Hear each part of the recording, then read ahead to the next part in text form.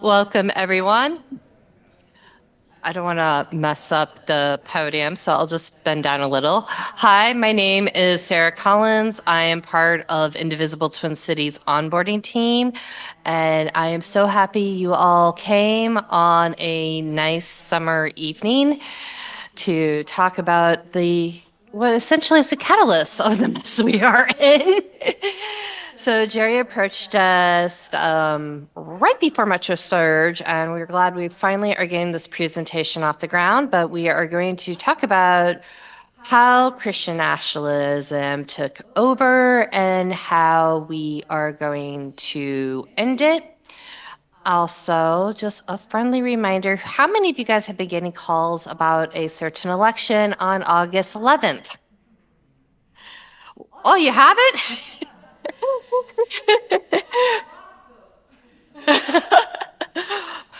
Well, it's okay if you block the calls, but do not forget to vote August 11th.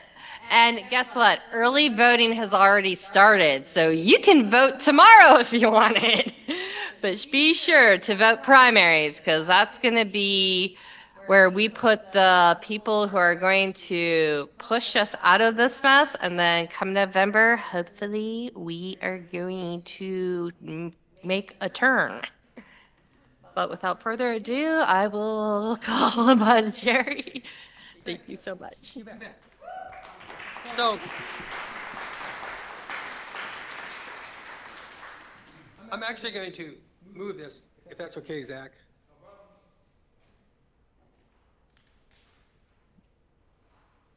Move this around. Okay. So, good evening. My name is Jerry Gale. I'm a member of Hennepin Avenue United Methodist Church, so welcome.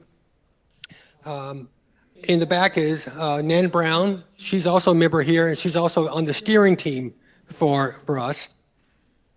Back on January 6, 2021, I was watching the Capitol be stormed by people carrying a sign with Trump and Jesus on them. And I'm like, who are these people? And so, as we do, I did some Googling and came across a term, Christian nationalism. I was like, okay, I should learn more about that. And I found a website called Christians Against Christian Nationalism. And I read something about that and I said, oh, well, that's kind of me. And so I worked with them for a couple years, and I'll talk about that in just a minute. But I want to assure you that if you're not a Christian, if you're a person of another faith, or a person with no religion, or a secular person, 90% of what I'm going to say will be of interest to you. But when I get to the part where I talk about the Gospels, you can just tune out for a little bit. You'll be fine. So, Christians Against Christian Nationalism was started in 2019 as an initiative of the Baptist Joint Committee for Religious Liberty, BJC. And BJC was started in 1936. It's a faith-based advocacy organization in D.C. that works on upholding the principle of Baptist principle of religious liberty. Back in the 1930s, the Baptists were looked on with some suspicion by us good Methodists and Presbyterians. And so the Baptists wanted to protect their religion. So they started that initiative. In January 2024, after really a whole year of talking to BJC about we should do more groundwork, I started an organization. In January 2024, I sent out an invitation and BJC sent out an invitation. And in the basement, I was hoping to have 20 or 30 people, and 100 people showed up. And it was like, oh, well, this is something. So we have this group, Christians Against Christian Nationalism in Minnesota. Now, the most often question is, okay, we know what you're against. What are you for? And so we put together this mission statement that says we will work alongside Christians, people of other faiths, and secular groups to advance these four principles. And one of the things that is probably the most important, that is getting a lot of discussion these days, is we support religious freedom while maintaining the separation of church and state. So let's get to the important question. What is Christian nationalism? Christian nationalism is a political ideology and cultural framework that seeks to merge American and Christian identities. It suggests that real Americans are Christians and true Christians hold a particular set of political beliefs. Christian nationalism demands that Christianity be privileged by the government over other religions, and it often overlaps with and provides cover for white supremacy, racial injustice, and male domination. What is the basic belief of Christian nationalism? And this comes from a book called The Flag and the Cross. America was founded as a Christian nation by white men who were traditional Christians who based the nation's founding documents, like the Declaration of Independence, on Christian principles. The United States has been blessed by God, which is why it has been so successful, and the nation has a special role to play in God's plan for humanity. These blessings are threatened by cultural degradation from un-American influences both inside and outside the border. What is the threat? It's a twofold threat. Christian nationalism is a threat to Christianity and to democracy. And I will talk a whole lot more about these two foundations for the fighting Christian nationalism towards the end. One of the concerns about Christian nationalism is it's well-funded. There is a number of very well-funded organizations supporting their effort. And you can see them here, including Turning Point USA. But there's a lot of talk about the dark money behind Christian nationalism. We must stand up and speak out against Christian nationalism, especially when it inspires acts of violence and intimidation. And I've got this slide up here because of the last few words, at home and abroad. Religious extremism is not just in this country. If you look at India, they have religious extremism, Hindu, that are persecuting the Muslims. There's a lot of religious extremism in Israel against the Palestinians. And the rise of Christian nationalism in Europe is happening as we speak. So now we're going to dive in a little bit deeper, find out a little bit more about Christian nationalism. This comes from the Public Religion Research Institute. They issued a report in 2026. They interviewed 555 Minnesotans, so we were not left out. They went and asked, how much do you agree with these 5 statements? And if you look down at the bottom, U.S. laws should be based on Christian values. Well, that's okay. I can buy that. That seems like a good thing. We have all good values. But if you look at the top, God has called Christians to exercise dominion over all areas of American society. So 20% of Americans believe that. So they take the answers and they ask some other questions, and they came out with a Christian nationalism scale. And they categorize people into 4 categories. Adherents, the really true believers, and that's at 11%. The sympathizers, people who can lean towards Christian nationalism, at 21%. The skeptics, the people can lean against, away from them. And then the rejectors at 27%.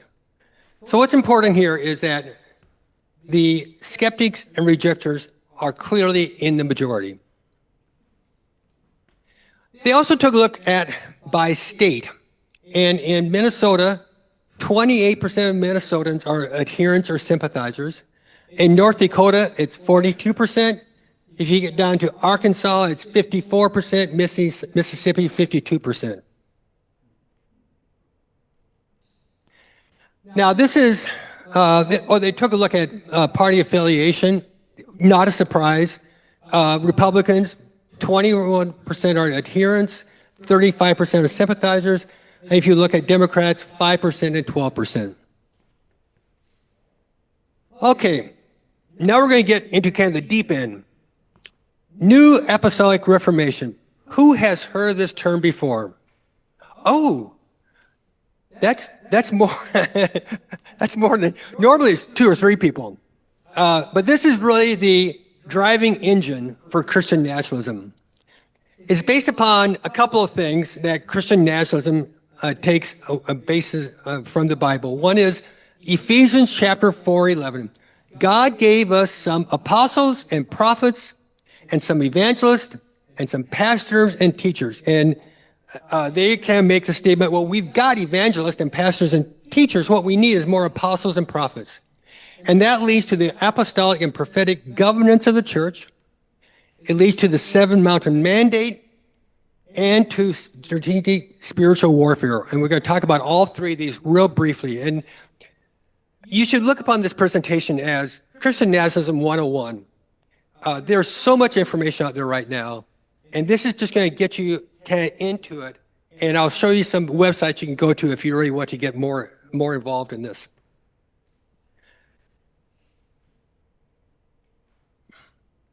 So apostles and prophets. The prophets are called by God to heal, prophesy, cast out demons, speak in tongues, and interpret the dreams. I'm going to come back and talk about casting out demons a couple of times. If Christian nationalism looked at this room, he would probably think all of us are filled with demons. So we'll just put up with that for now. Prophets cannot be self-proclaimed. They need to be recognized by the Eagle Vision Apostolic Team. And you can see this web of very high-profile Christian nationalists and how they all work together.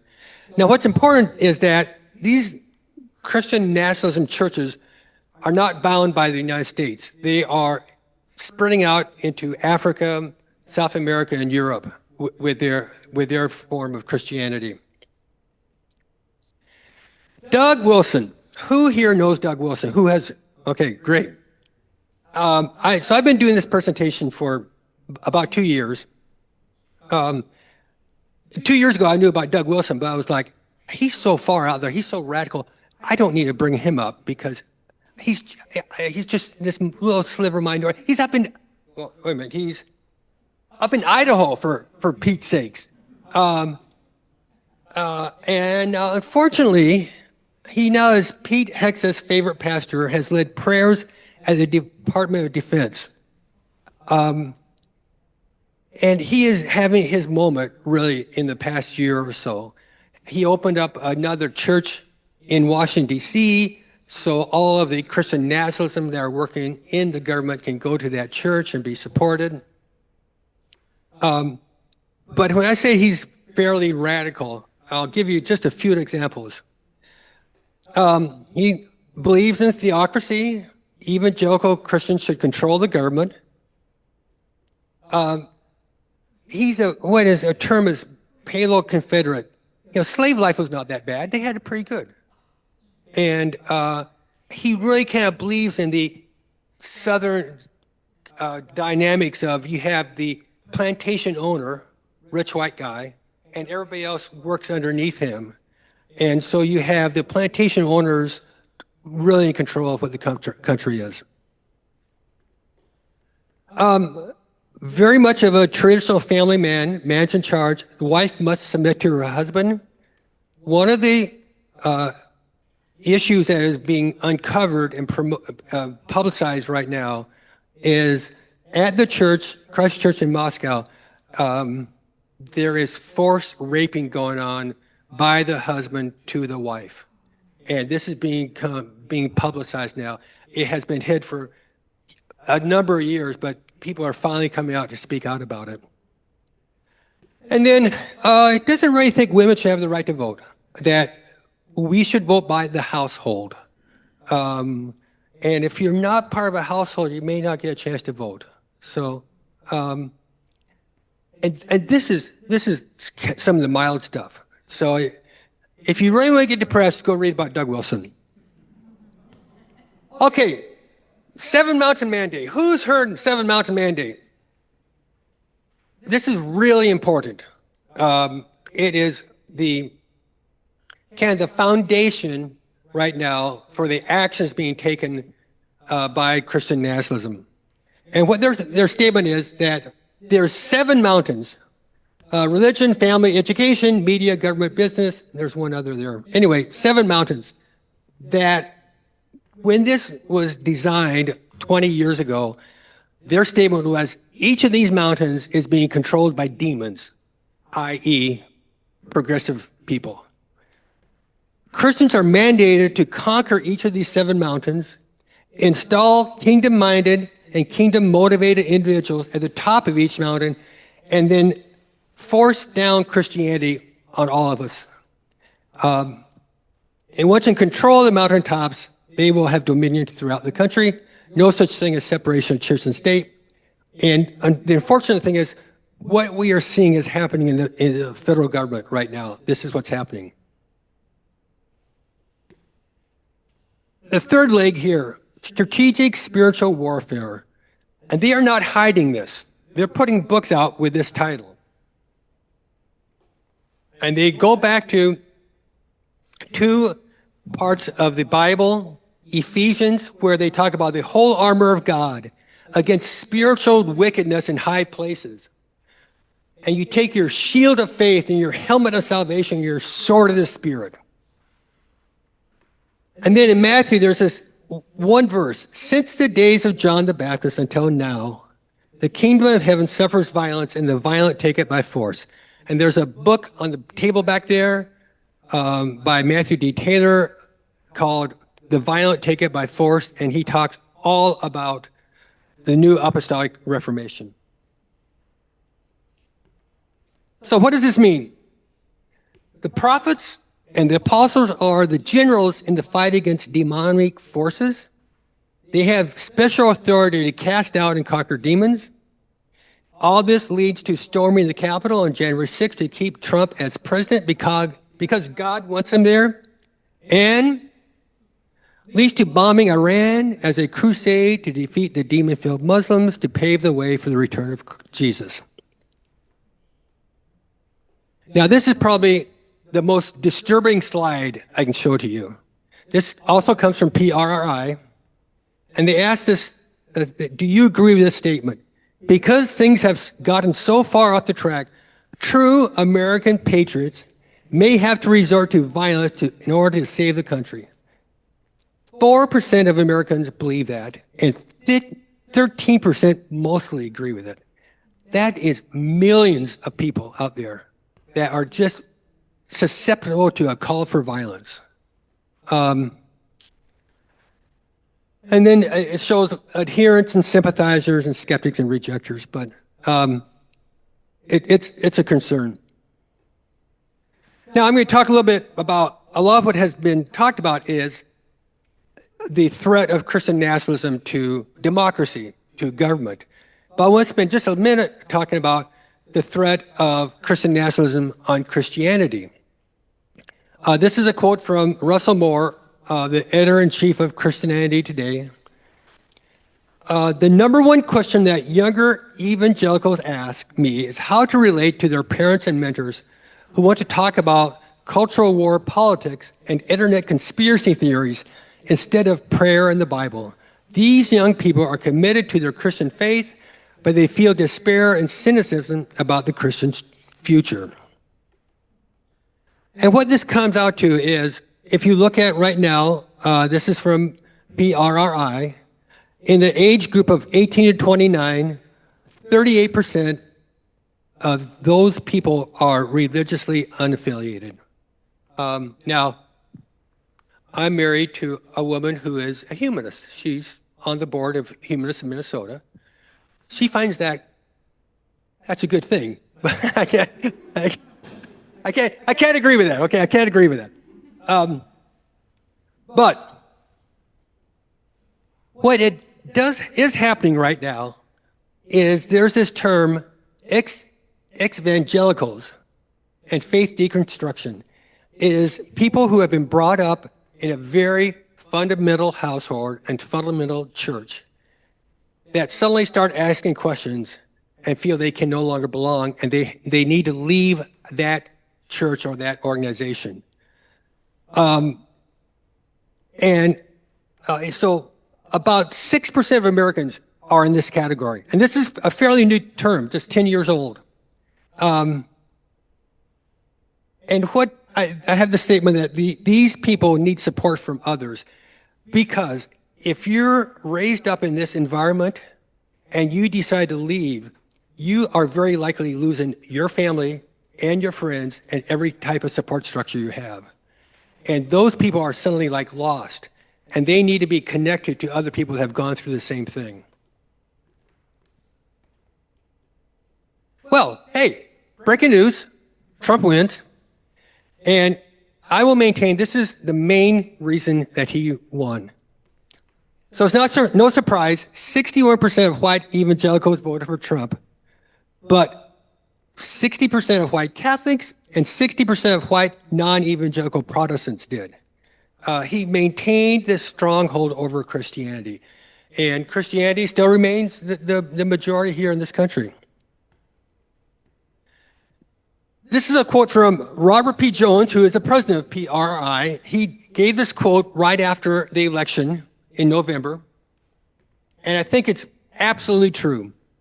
Over the last decade, many white Christians have not just selfishly supported a dangerous, narcissistic man who promised to restore their waning influence, they have now willingly blessed the advent of a new American fascism that threatens our democratic future. They are principally responsible for Trump's rise and return to power and for everything that is coming for us in its wake, and we had no idea how much it was coming at us.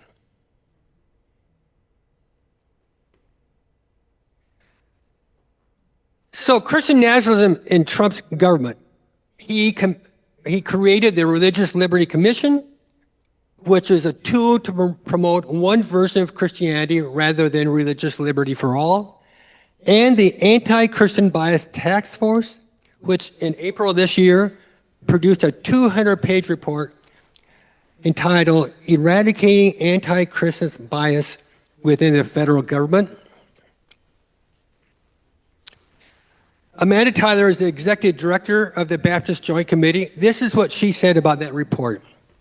With the release of this one-sided report, the administration continues to show that it is interested in advancing the interest of some at the expense of everyone else's freedom. Now, one more topic that's important is the fight against empathy. Who's in favor of empathy here? Good. Phew. But this is just in the last couple of years. And it's the book last year that came out, The Sin of Empathy by Joe Rigney, and he's kind of a big deal in the Christian nationalism circles. And he's making the statement that empathy is a bad thing.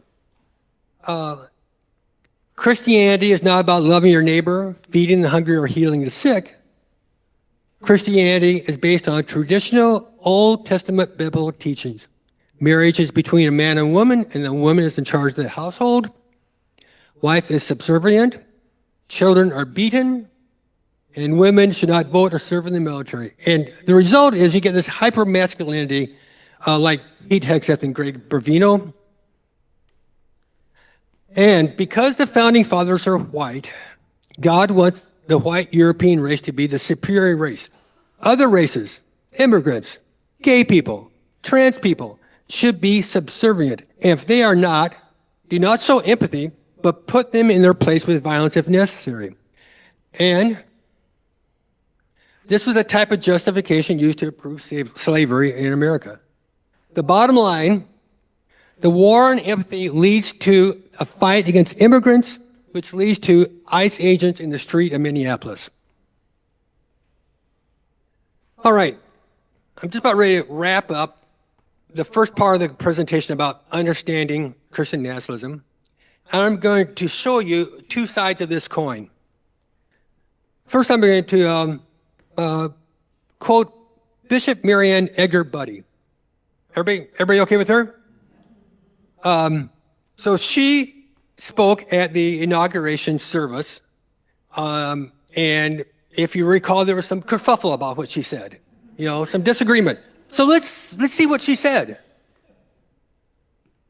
In the name of God, I ask you to have mercy upon the people in our country who are scared now. There are gay, lesbian, and transgender children in Democratic, Republican, and Independent families, some who fear for their lives.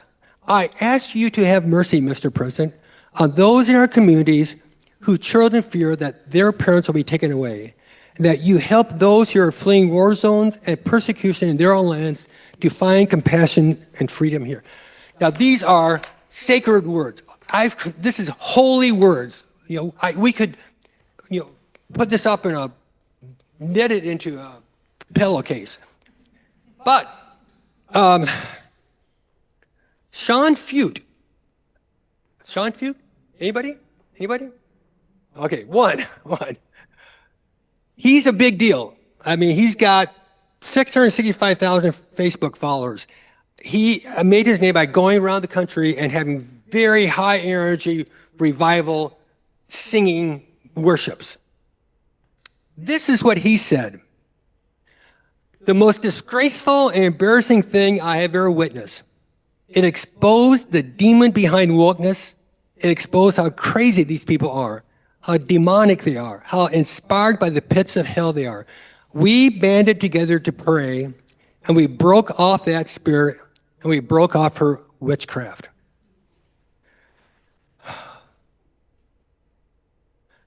Okay. Yeah, take a break. All right. So how do we respond? There's two foundations for responding and fighting back: theological and secular. First, theological, it's based upon Jesus' teaching in the gospel.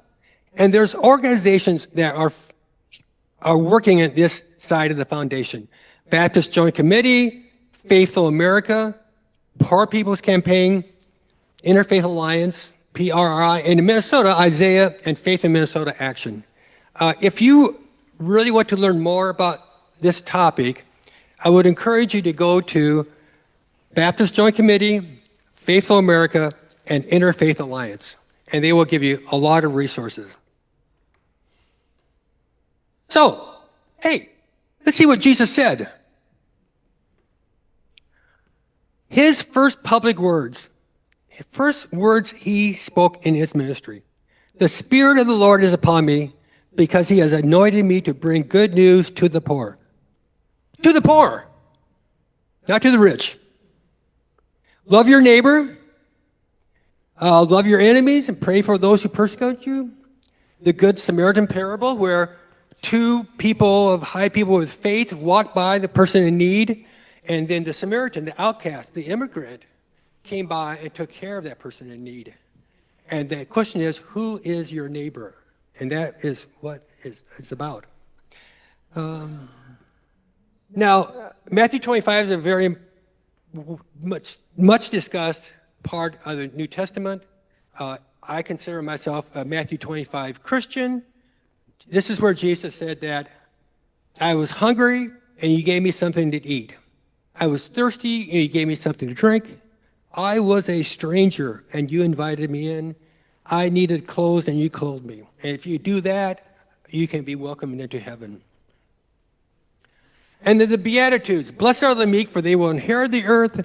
Blessed are the peacemakers, for they will be called children. You think you might actually put something like that up on the classroom walls versus the Ten Commandments, which nobody can agree to.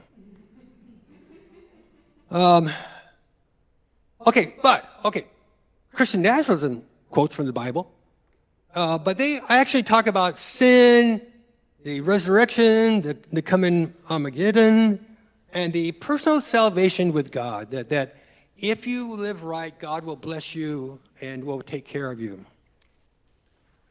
For example, this is from the Old Testament, and God says to King Solomon, and this is from the King James Version, if my people shall humble themselves and pray and seek my face and turn from their wicked ways, then I will hear from heaven and forgive you your sins and will heal or bless your land.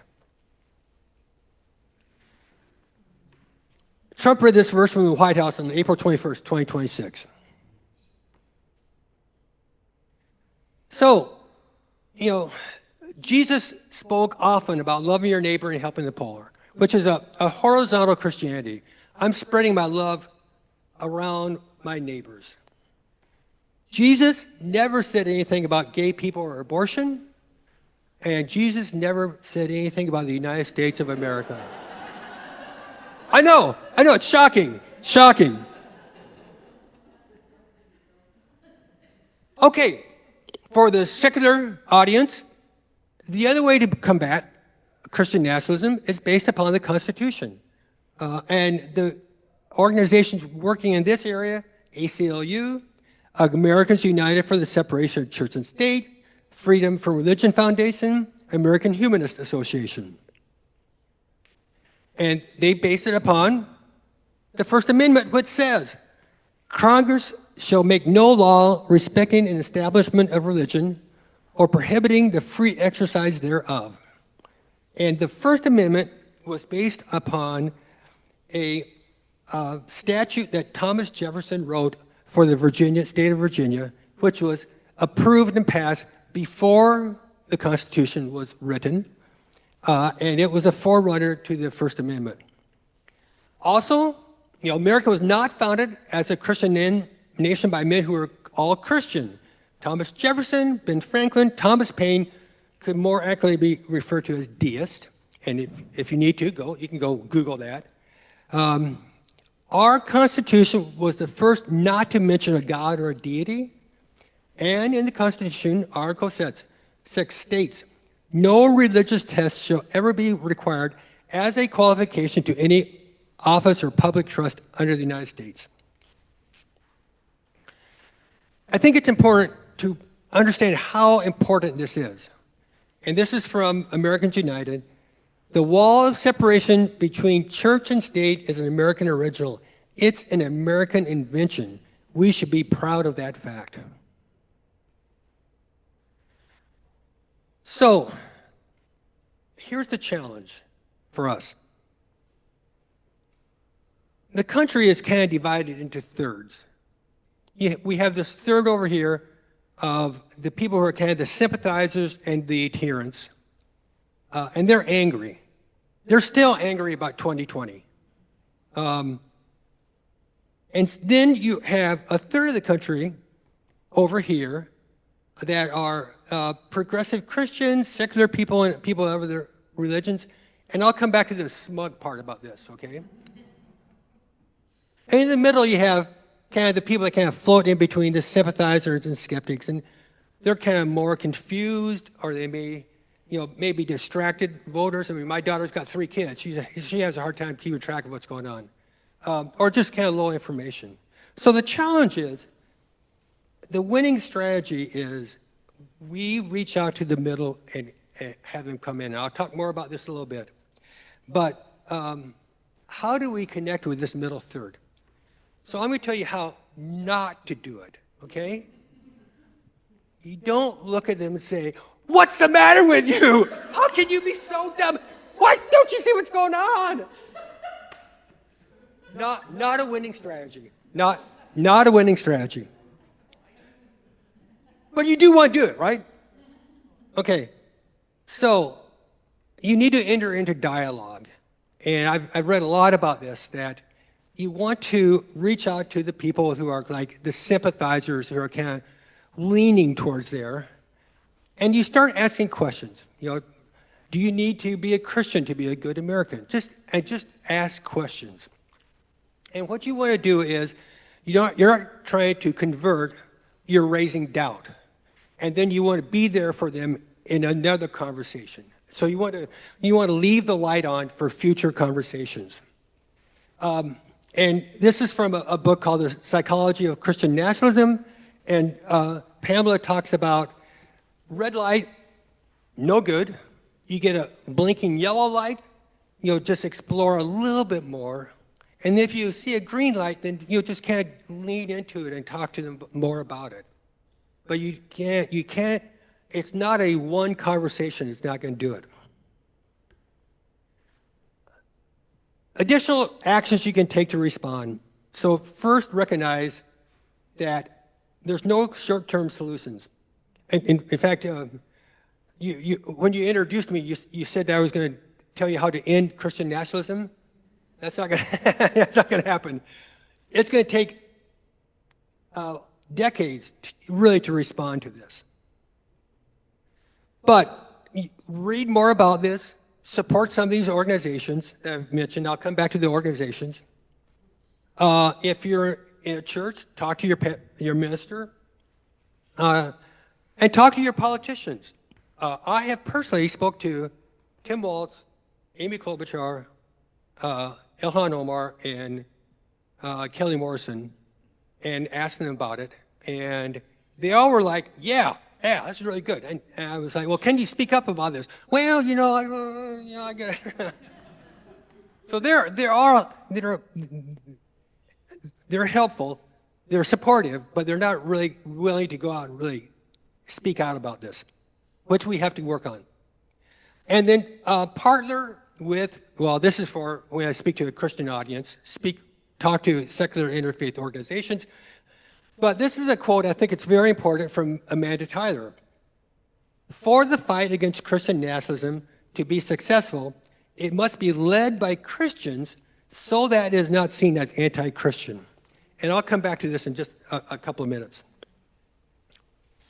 The other way is to start a book club. If you're in a book club, recommend a book. If you're in a book club at your church, recommend a book. So this is a list of books if you're in a church and you want to approach us as far as a threat to Christianity. Now, I'm going to give you 4 books here and 4 books on the next slide. Within the last 2 years, there's probably been 25 books written about Christian nationalism, which is really great because 6-8 years ago, there was going to be like 1, 2. While the Christian nationalism were turning out hundreds of books every year, we just didn't have that momentum. Angela Denker is a local Lutheran minister, and she's very much a leader in this movement. And John Fugelsang, this is a great book, and I'll give you one comment about him. He is the son of a priest and a nun. They fell in love, left the faith, got married, had him, and so he has lots of stories. So then this is kind of the secular approach of protecting the separation of church and state. Jesus and John Wayne is probably the most famous book in this whole movement. It's been around since 2021. But the Catherine Stewart's book talks about the dark money behind Christian nationalism, and Matthew Taylor talks about New Apostolic Reformation. There's videos you can take. God and Country, Bad Faith, they've been around for a couple of years. Anderson Cooper did a very nice 1 hour on Christian nationalism that just aired this year. And then you come to my favorite politician these days, James Tallarico. He's running to be a senator in Texas. He speaks very openly about his faith and how his faith guides his politics. This is from like 3 years ago. It's 18 minutes long, and he's given a sermon to his church. He's not a preacher, but he's in seminary on his way to become one. If he wins his Senate race, he may not have time to become an actual preacher, but we'll get to that later. But it really kind of lays out the whole discussion about why Christian nationalism is bad. I'm going to give you an assignment when we get done with this slide. We're going to talk about school board elections. School board elections are the local battlegrounds in the fight against Christian extremism. There's organizations of Minnesota Parents Alliance, Moms for Liberty. They are out there recruiting conservative candidates who may be homeschooling their kids or have no kids, but they're going to go in and make decisions about how public schools are run and funded, and about banning books, about what to teach in history. And one of the things that comes up a lot when Christian nationalism takes over a school board is protecting vulnerable kids. And that's a real concern. Well, I'm going to get down here. So you should go find out who's on your school board. And most people do not have any idea. I don't have an idea. I'm in Columbia Heights. I've met one of the school board members, but I can't remember her name. But there's an organization called School Board Integrity Project. That got started about 3 years ago. And they started here in Minnesota. And the woman who started it, Kristen Schulte, looked around and saw Moms for Liberty and recruiting candidates. So she got involved, and her job is to find candidates and train them. Because if you're running for a school board election, you probably never ran it before anything. You don't really know how to run. So she can provide that training. Right now, after 3 years, she's active in 38 states. And her success rate is towards 90%. So that if the issues get out there and the voters understand who's running, we have a good chance to win.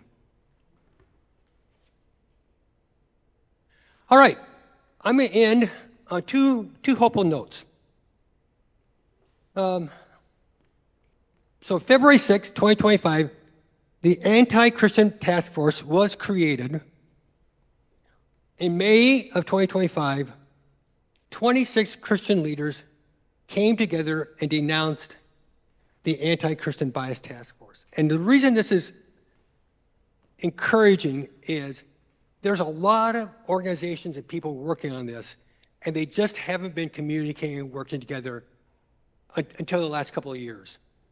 And you look here, you see Baptists, Catholics, Quakers, UCC, Methodist, working together.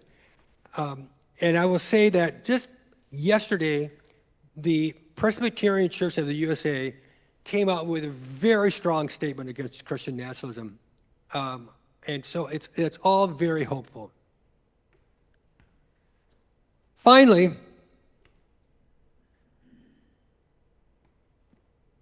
this is 100 people of faith wearing collars, kneeling and praying at the Minneapolis airport and getting arrested. This is what was happening during Metro Surge here, setting an example for the rest of the country, because these marches were being led by people of faith, people wearing a collar and out in front. And that's a powerful, powerful thing to see. And it gives me hope that as we come together, the people of faith, interfaith people, secular people, we can work on this, and we can not defeat, but lower the influence of Christian nationalism. And the last thing I'll do is I'll just leave this up here. If you want to know more about what all this is, here. So with that, I will take questions, and Nan has a microphone. I'm sorry, yeah. Yes, interfaithalliance.org. The website for Americans United is just au.org. But yeah. Who would have a question? Or comment, or a concern. Yeah, all right. Hang on, microphone's coming. Oh, I'm sorry. Okay. I was just going to say, Kristen Kobe Dumais and Robbie P. Jones from PRI, they are both Christian people as well, which is interesting. And I watched them on Substack on Convocation Unscripted. They're with Jamar Tisby and one other person who I follow now. But that's been super helpful to follow them on Substack. Yeah. So. Yeah, I listen to them as a podcast, so. Oh, yeah. Yeah. Yeah, it's great. I haven't quite adjusted to podcasts being on YouTube. I still listen. Well, I'm listening to podcasts when I'm working out or doing that kind of stuff. So yeah, but they're very good. And there's the four of them. Yeah. Okay.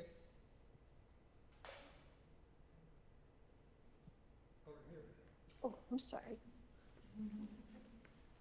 I've been away from teaching too long. So I would like to make a suggestion in your presentation. Sure. And hear me out, please. I would suggest that you go through your entire slideshow and correct some spelling. Oh. Okay. In reference to nationalism, the term Christian is being used as an adjective. It has hijacked a term that has nothing at all to do with Christianity. I think we're all in agreement on that. So go through your whole presentation, and anywhere the term Christian nationalism appears, go ahead and leave the uppercase N, but take the C in Christian and make it a lowercase c. Because it has nothing to do with Christian values or the Christian ethos. Christian values in government? Who would be against that? What values are we talking about? Thank you very much. My comment to that is I'm sorry. Yeah. So 2 to 3 years ago, there was this discussion about should we use this term Christian nationalism? Should we say white Christian nationalism? Should we, there was some, what has happened over this time is people by and large have just said, okay, fine. We are going to call it this. If you have problems with it, if you don't like it, that's fine. But it's like we call somebody who plays right field in baseball the right fielder because that's what everybody agrees to.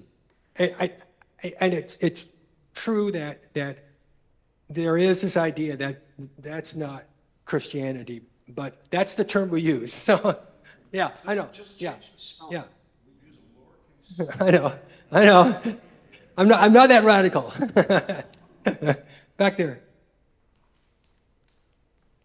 The other thing, when Jerry talked about having your pastors, for those of you who have a faith community, have him, he, her, whoever, speak from the pulpit about it. Yeah. So you hear a lot of people from the Christian right talk a lot about the tradition of Judeo-Christian values, which I always challenge people. It's like, well, send me a list and we'll go from there. But what do you do with that? And what do they claim are so unique to Judeo-Christian values that are, well, yeah, I guess unique there in some way tying it to the founding fathers? Yeah, when you get a discussion like that, kind of the first response question is, well, what do you mean by that? What is Judeo-Christian values? And it does kind of go back to saying, where if you're a Christian, don't you think you should read what Jesus said in the Gospels, rather kind of relying on the Old Testament to say that we can't have gay people here?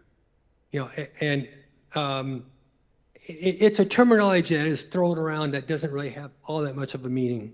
So yeah, I don't have that great answer, but yeah. Hi. As someone who was raised Christian, but is also of Jewish ancestry and is an ordained Buddhist priest, I have an issue with supersessionism, that part 2 is not, an addition to or an improvement of part 1. Please remember that it's not the Old Testament to everybody, it's the Hebrew scriptures. And many churches are using that phrase, so that's helpful.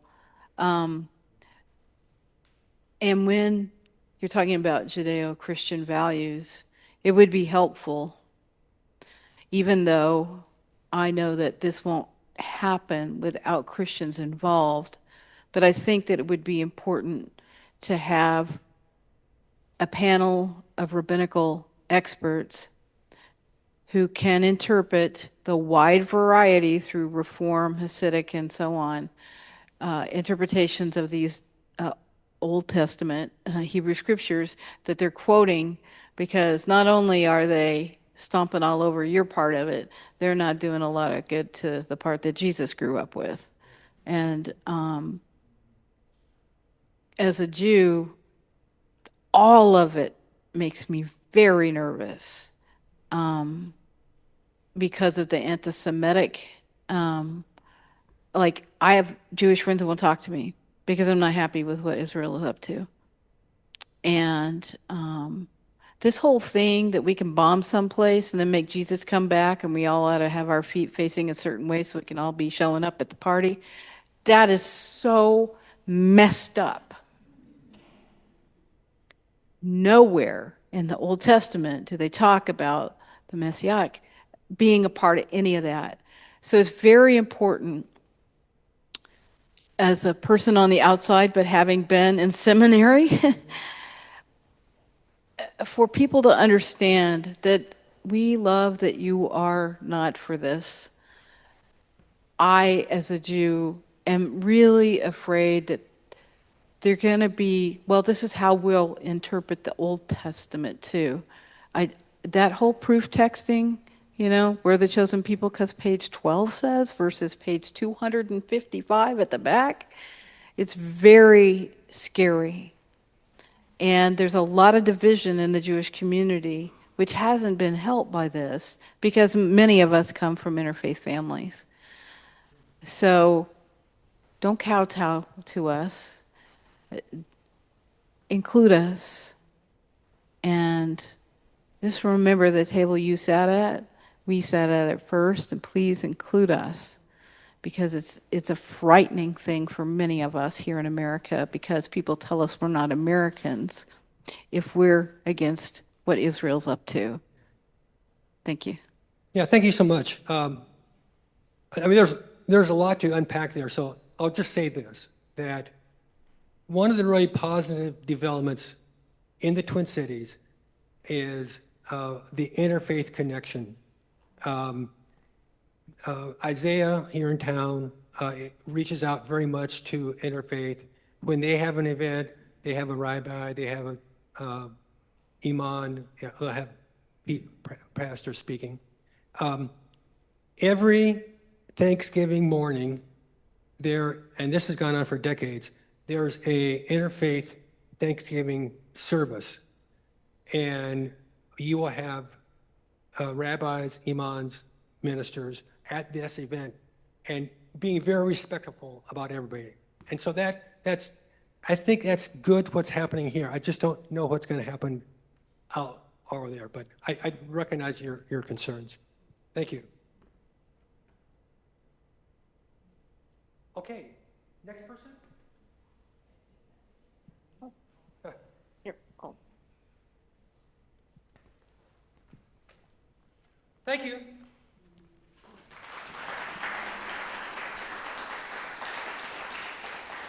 So I'm Jean Breitenbucher. I'm also with Indivisible Twin Cities, and we have a table in the back. Feel free to look at our stuff.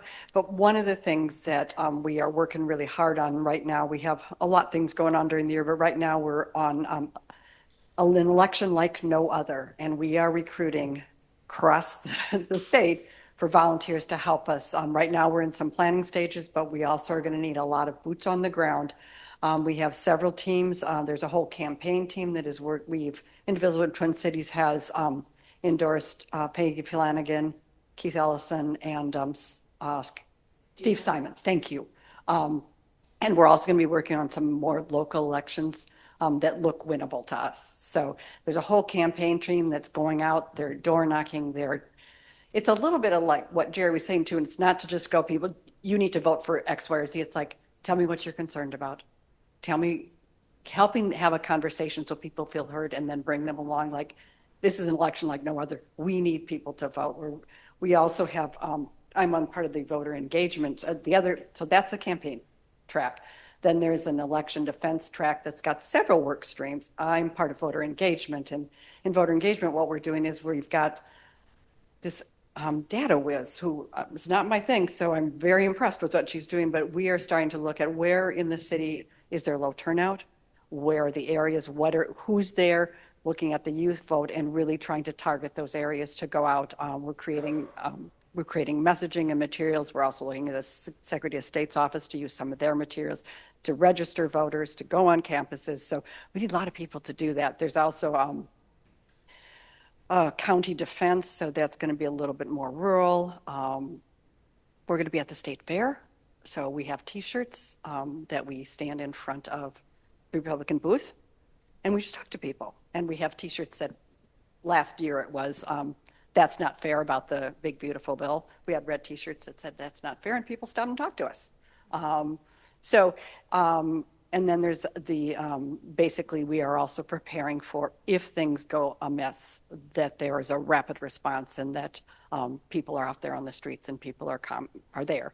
And the last part is there's a business defense, there's some group of people working with trying to enlist businesses to be more vocal about helping their people vote, and that they're part of this community. And then we're going into small businesses to help ask them to please and put signs up, encourage your people. So we need help. So if you're interested, you can get our materials. We would love to have you sign up and join us in any capacity. If you want to plan with us, we're doing it now.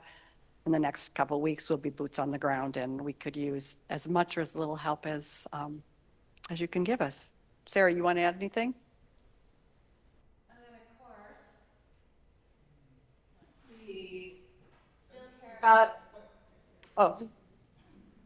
And of course, we still care about immigration, gender rights, housing, education, environment. Am I missing one more? Healthcare. Thank you, Christine. Those 6 issues are very important to us, along with voting and democracy. So if those are also points of interest to you, send us an email. I am one of there's a 30% chance I'm going to be the one who answers it. And we'll be happy to get you on board with those initiatives as well. Yeah, so we're focusing on election, but absolutely, we have like 8 different topic teams. I'm co-lead for the gender and reproductive justice. So you know how it's the fire hose out there, that there's so much to pay attention to? We've kind of like, it's not like I don't care about immigration, because I do, but there's a team working on that, and they tell me when they need me to do something, and I'm working on gender and reproductive justice, and I say to people, now we need you here. So there's voting and democracy, there's healthcare, there's the environment. There's a lot of ways to get involved. So we need your help.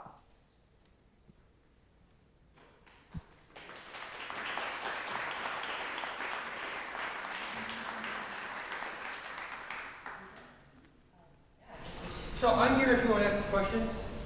If you want to learn more about the art in the art room, I'd be happy to take 5 or 10 minutes and spend that.